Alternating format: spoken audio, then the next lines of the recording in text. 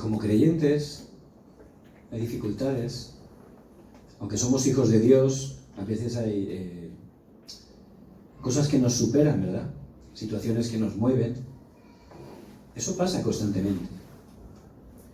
Pero la palabra, siempre el Señor nos dice, no temáis.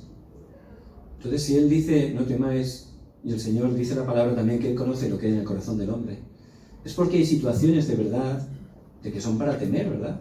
Entra dentro de lo razonable, del sentido común. Pero el Señor nos dice, no temáis. Está habiendo muchos problemas en todo el mundo, y en los países más desarrollados, aunque parece realmente que por tener más desarrollo se debería vivir mejor, yo lo pienso así, ¿no? Hay más problemas todavía.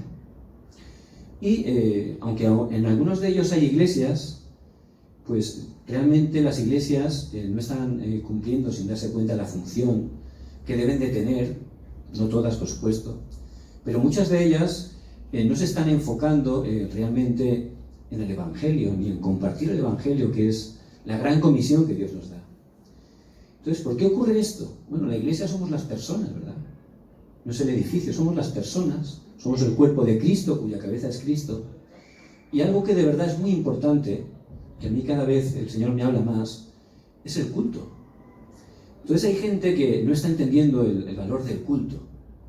Primero porque quizás lo vemos como algo religioso, ¿verdad? Hay que ir el domingo, ¿no? O a veces vamos, pero lo hacemos también como algo religioso, como ir, ¿no? Como si vas a fichar, alivias tu conciencia.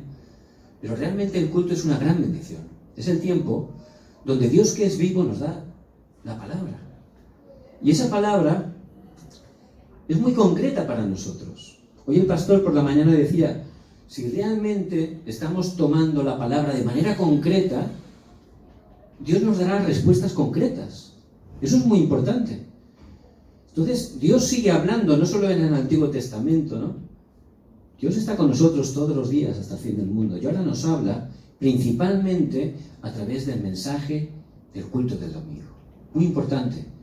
Por eso, de verdad, cambia mucho. Hay veces que a lo mejor, pues yo he venido a la iglesia ocupado en muchas cosas y estás haciendo eso, pensando en lo otro, cosas para el Señor.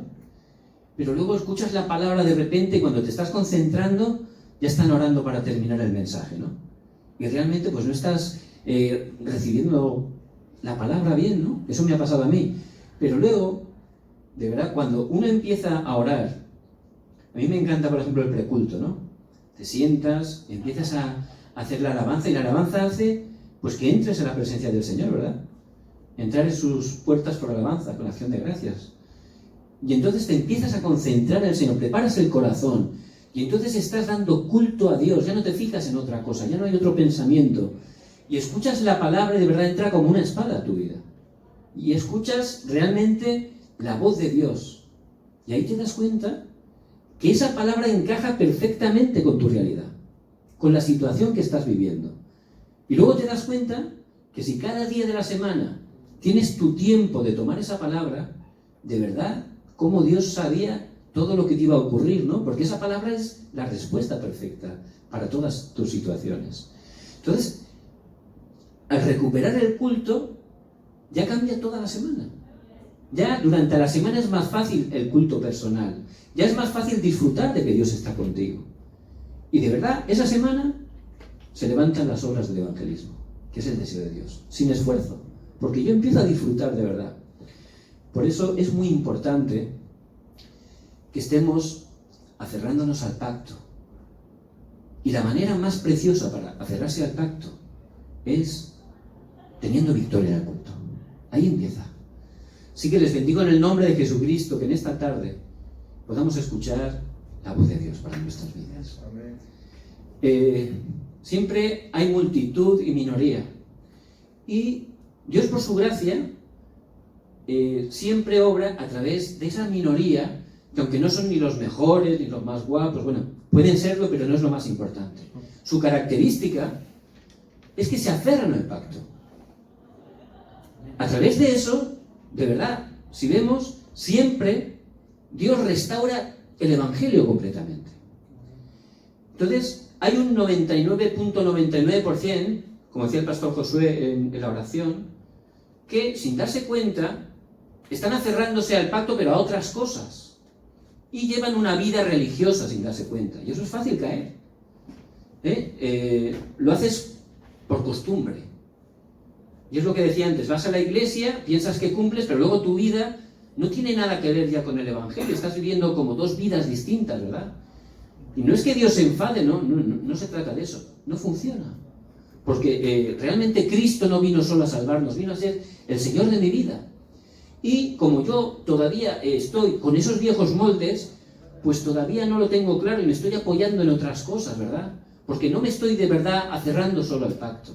¿Y qué es aferrarse al pacto? Es de verdad tener la conclusión de que Jesús es el Cristo. De verdad que Cristo sea completo para mi vida. Que sea suficiente, que no necesite otra cosa, porque en Él de verdad tenemos todo. Que mi vida sea para cumplir su deseo, que es la evangelización del mundo. Si yo de verdad entro ahí, es tremendo cómo Dios obra. De verdad ahí Dios empieza a obrar a través de mi vida, supera mi estándar, mis criterios, mi nivel. Ya es el poder de Dios. Lo que es absolutamente imposible se convierte en absolutamente posible. Solo aferrándose al pacto. Por eso Dios nos ha llamado como ese 0.1%. Que no nos dejemos engañar. No es lo importante que haya mucha gente, que no haya poca gente. Eso no es lo importante. El Señor empezó con 12, ¿verdad? Lo importante es que cada uno de los que estamos aquí, por gracia de Dios, no estemos apoyándonos en otra cosa, sino que estemos apoyándonos solo en el pacto de Cristo. Mi vida, solo para Cristo. Mi vida para proclamar este Evangelio de Jesucristo. Si entramos ahí, ya no hace falta temer. ¿Por qué? Porque Dios va a cumplir todas las cosas, porque voy a entrar en el itinerario del pacto, en el plan absoluto de Dios. Es decir, me voy a alinear al plan de Dios. ¿Quién va a poder conmigo? ¿Quién va a poder vencerme si es la voluntad y el plan de Dios?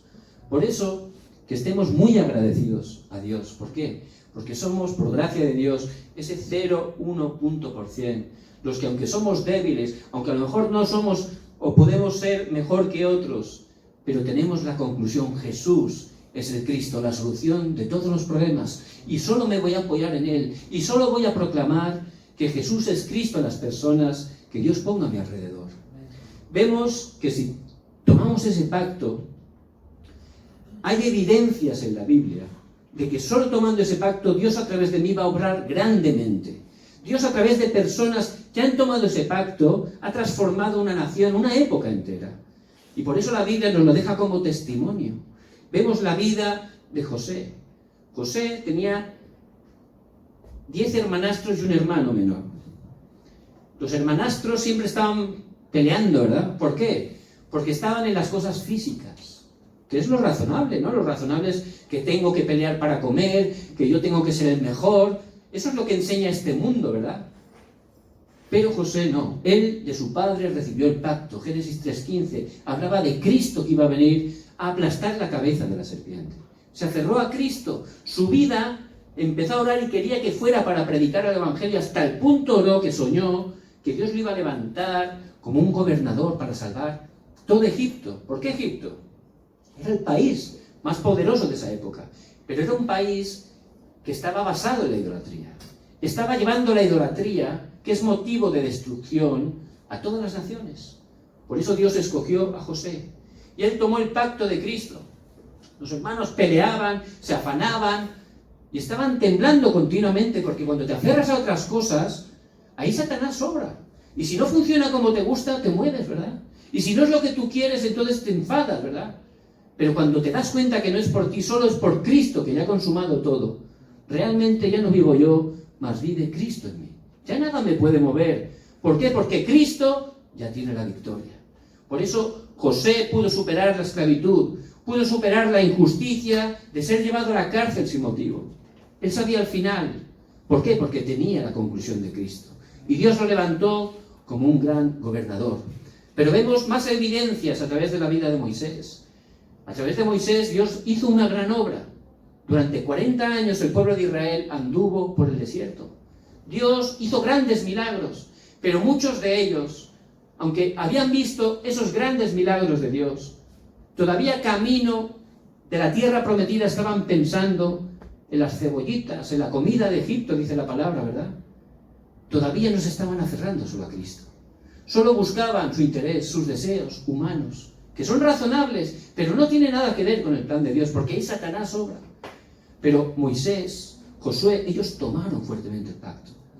12 espías fueron enviados a poder mirar esa tierra prometida. Pero cuando regresaron, dice la palabra, que solo 2 de ellos tenían confianza de que esa tierra Dios se la iba a dar. Los demás miraban con sentido común, con un nivel humano correcto, es verdad. Había gigantes, es verdad, había castillos. Humanamente era imposible.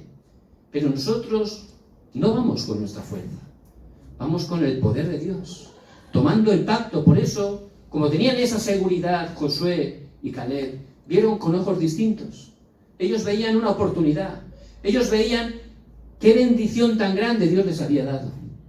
Y nosotros, si nos aferramos solo al pacto, vamos a tener los mismos ojos, y Dios va a utilizar nuestras vidas para conquistar esa tierra como utilizó a Josué y a Caleb, para conquistar la tierra que Dios había prometido. Y Dios ha prometido a través de nosotros hacer la evangelización del mundo. Él va a obrar a través de nuestra vida. Por eso que solo tomemos el pacto. Amén. Vemos Samuel. Samuel también vivía en una época donde la iglesia había caído grandemente. El sumo sacerdote Elí había caído en pecado porque sus hijos estaban haciendo cosas incorrectas en la iglesia. Robaban ofrendas y otras cosas peores hacían. Pero el padre, aunque lo sabía, no decía nada. ¿Por qué? Porque eran sus hijos, ponía su familia en primer lugar antes que Dios. Por eso estaba en pecado. Pero en ese momento, Samuel, aunque humanamente él no podría hacer nada, él se aferró al pacto de Dios. Dice la palabra que él dormía junto a ¿dónde? Al arca, el pacto. Él se aferró solo a Cristo. Su vida se alineó solo a Cristo. Por eso en 1 Samuel 3:19 dice que ninguna palabra de Samuel cayó al suelo. ¿Por qué? Porque no predicaba sus pensamientos, sus sentimientos. Él solo predicaba la palabra misma de Dios. Y la palabra de Dios siempre se cumple. Por eso a través de Samuel se levantó una gran obra. Él solo se aferró al pacto. Y vemos cómo realmente se hizo el movimiento de Mizpa, donde dejaron toda la idolatría, donde el pueblo restauró a través de Samuel el pacto de sangre, Jesucristo. Y los filisteos ya no volvieron a atacar. No solo eso, él traspasó el pacto a David. Y David tenía ese corazón solo Cristo. Cuando era perseguido por los desiertos, por el rey Saúl, por ese ejército, hubo varias oportunidades que podía haber matado al rey, lo tenía ahí. Es más, todos sus compañeros, sus valientes, le decían, ahora mátalo, te está persiguiendo. Pero David no buscaba sus deseos, no buscaba sus pensamientos, sus motivaciones. Él solo buscaba el plan de Dios. Y él dijo, es el ungido de Jehová.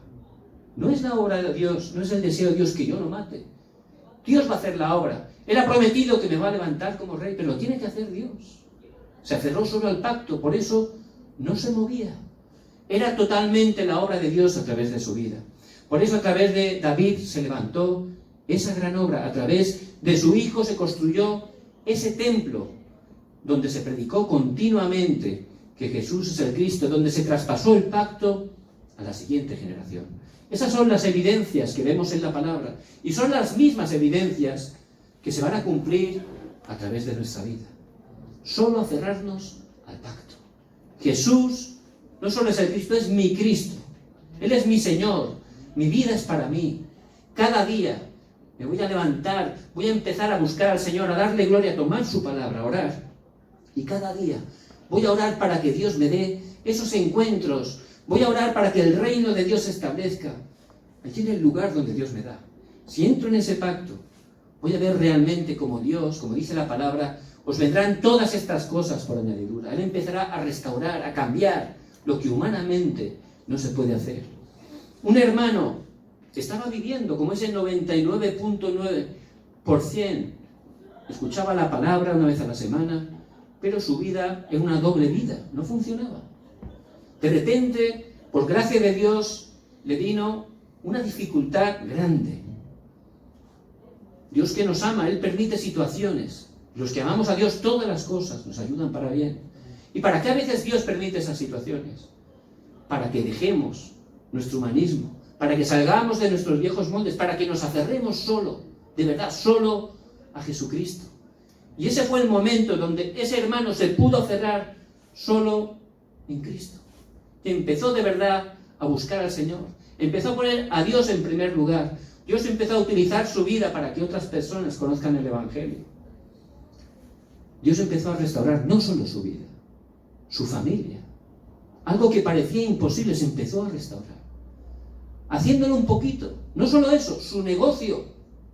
Dios empezó a restaurarlo, a bendecirlo grandemente. ¿Por qué? Porque Él se aferró solo al pacto de Cristo. Él entró en el itinerario del pacto de Dios. Empezó a dar su vida para la evangelización del mundo. Y esas son las bendiciones que nos siguen. ¿Por qué? Porque entramos en el plan y en el deseo de Dios. Entonces, esas evidencias que vemos en la palabra son para cada uno de nosotros ahora. Así que les bendigo en el nombre de Jesucristo. No teman. Si estamos temiendo es porque nuestra confianza está en otras cosas que no es Cristo. Si yo me apoyo en Cristo, que ya ha consumado todo, ya no tengo que temer en nada. Él está conmigo a través del Espíritu Santo todos los días, hasta el fin del mundo. Él quiere que deje todo, me empiece a aferrar al pacto, donde Dios me ha puesto, el lugar donde estoy trabajando, no es solo para ganar dinero. Es allí para que el reino de Dios se establezca, para que mucha gente que Dios tiene preparada pueda conocer el Evangelio. Por eso que nos aferremos solo al pacto. Amén. No solo vamos a tener evidencias bíblicas, sino también evidencias espirituales. Las evidencias espirituales que solo tienen los que se aferran al pacto. Si vemos el pasaje de hoy, en el versículo 2, dice que hubo un gran terremoto. Ese terremoto, ¿quién lo hizo? Dios, ¿verdad? Y cuando nos aferramos al pacto, como ocurrió a los hermanos del aposento alto de Marcos, vemos que en Hechos 2, el día de Pentecostés, vino un poder, un viento recio, ¿verdad? Lenguas como de fuego, un poder sobrenatural, el poder del Espíritu Santo. Dios obra cuando tomamos el pacto.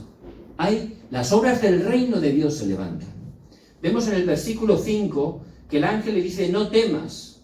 Y si nosotros empezamos a tomar la palabra, el pacto, empezamos a orar, Dios envía a los ángeles para cumplir su palabra. ¿Por qué? Porque hay un mundo espiritual, tenemos un respaldo, una autoridad espiritual. Si tomamos el pacto, el reino de Dios se establece en nuestras vidas y las obras del reino de Dios se empiezan a levantar a través de nosotros. Donde estamos, el poder de Satanás es quebrantado, el reino de Dios se establece. Vemos también en el versículo 7, el ángel le dijo, id pronto y decid a sus discípulos que ha resucitado de los muertos y aquí va delante de vosotros a Galilea.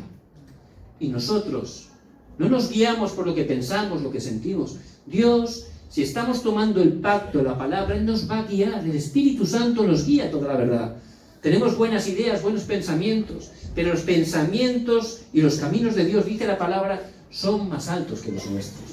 Por eso empezamos a entrar ahí. Y ahí el mundo espiritual, vemos como el Espíritu Santo nos guía. En el versículo 10, el mismo Señor dice, entonces Jesús le dijo, no temáis, y dad las buenas nuevas a mis hermanos para que vayan a la Galilea y allí me verán. Y ahí se cumplió realmente la palabra. Vemos que si entramos en ese estado espiritual, vamos a estar experimentando las obras del reino de Dios en nuestra vida. Vamos a ver cómo los ángeles, Dios envía a los ángeles para cumplir la palabra. Vamos a ver cómo el reino de Dios se está estableciendo donde estamos. Esa es la bendición, las evidencias espirituales que solo pueden experimentar las personas que se aferran al pacto. Amén. Y también hay evidencias en la misma historia. De verdad, cuando uno empieza a ver la historia en general, y por supuesto la historia de la Iglesia, vemos que siempre que una persona se aferra al pacto, Dios empieza a restaurarla. Por ejemplo, en la Edad Media, ¿verdad? Es una época de oscuridad tremenda.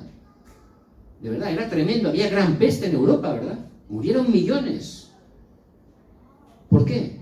Porque la Iglesia había perdido el pacto. ¿En qué estaba la Iglesia? En dando la salvación si pagabas dinero, si pagabas podías comer carne en Pascua, todo ese tipo de cosas, ¿verdad? Pero eso no es el Evangelio, eso es un negocio incorrecto, ¿verdad? Pero Dios por su gracia levantó a un hombre, Lutero, y él empezó a leer la palabra. Ahí empezó a entender el pacto y empezó a proclamar el pacto. Romanos 1, 16, 17. Mas el justo por la fe vivirá. Solo por la fe. Solo por la fe en Cristo tenemos la salvación, la vida. Y empezó a predicar ese mensaje que se había perdido. Por eso Dios lo utilizó. Y ni siquiera el Papa, que tenía más poder que los emperadores y los reyes de ese tiempo, lo pudo parar con todo su poder. ¿Por qué? Porque él, Lutero, que en ese momento era un monje sin ningún poder humano, pero se aferró al pacto de Dios, solo al pacto, y predicó solo el Evangelio. Por eso Dios lo levantó y transformó toda la iglesia, reformó la iglesia en ese tiempo. Vemos también en el siglo XVIII, por ejemplo, en Francia entró la Ilustración. Fue el tiempo de la Revolución Francesa. ¿Qué decía la Revolución Francesa? El humanismo, ¿verdad? La razón, no hay Dios, el ateísmo. Dice que fue el tiempo de mayor desastre de la historia. Mataban, violaban, había más violencia que en ningún lado. En ese mismo tiempo, esa revolución se quiso expandir a Inglaterra. Hubiera tenido el mismo efecto en Inglaterra, pero ocurrió algo que los historiadores que no son cristianos reconocen. A través de un hombre, Wesley, que empezó a predicar correctamente el Evangelio, vemos que toda la nación fue conquistada.